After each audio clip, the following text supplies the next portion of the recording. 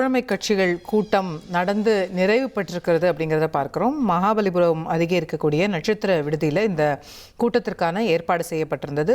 தமிழக வெற்றிக் கழகத்திற்கு ஆதரவாக, இந்த ஆட்சிக்கு ஆதரவாக நிற்கக்கூடிய அத்தனை கட்சிகளினுடைய தலைவர்களும் இதுக்கு அழைக்கப்பட்டிருந்தார்கள் அப்படிங்கிறத பார்க்குறோம். இப்போது கூட்டம் முடிந்து பல்வேறு தலைவர்கள் இப்போ வெளியே வந்து அவர்களுடைய கருத்துக்களையும் கூட பகிர்ந்து கொள்ளக்கூடியதை நம்ம பார்க்க முடிகிறது. நம்ம பேசி கொண்டிருக்கும் போதே நிறைய தலைவர்கள், ஒவ்வொரு கட்சி தலைவர்களும் அங்கேருந்து வெளியே வரக்கூடிய காட்சிகளை தொடர்ந்து பார்க்குறோம்.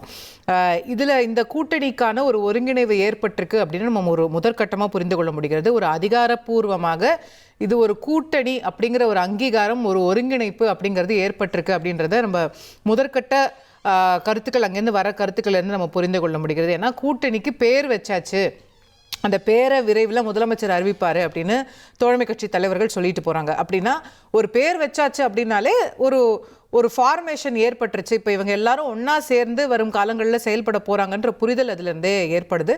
அதுக்கான சரி அதிகாரப்பூர்வ அறிவிப்பு அப்படிங்கிறது முதலமைச்சர் வாயிலாக வெளியிடப்படும் அப்படிங்கிறத தான் அவங்க சொல்கிறத நம்ம பார்க்க முடிகின்றது. நம்மோடு தற்போது தொலைபேசி வாயிலாக பத்திரிகையாளர் ஜுபேர் அவர்கள் இணைந்திருக்கின்றார். திரு ஜுபேர், இது ஒரு ஒருங்கிணைந்த கூட்டணியாக அடுத்த சில ஆண்டுகளுக்கு பயணிக்கும்ங்கிறது தான் நமக்கு இப்போ முதற்கட்டமாக கிடைக்கிற மெசேஜாக. ஒன்ஸ் பேர் வச்சுட்டாங்க அப்படின்னும் போதே அதுக்கு பின்னாடி நிறைய மெசேஜ் நமக்கு வருது இல்லையா? இந்த 5 ஆண்டுகளை தாண்டியும் கூட இந்த ஆட்சி தான் தொடரும்னு முதல்வர் சொன்னதா துரை வைகோ அவர்கள் சொல்லிட்டு போறாங்க. ஸோ அந்த புரிதல் தான் வருதா? இல்ல, கண்டிப்பாக இது ஒரு பெரிய மாற்றம். 2 வருடத்தில் ஒரு கட்சி ஆரம்பிச்சு ஆட்சிக்கு வந்து ஒரு பெரிய கூட்டணியை இன்னைக்கு கட்டமைத்திருக்கிறாருங்க அப்படிங்கிறது உண்மையிலேயே பெரிய பெரிய ஆச்சரியமான விஷயம் தான்.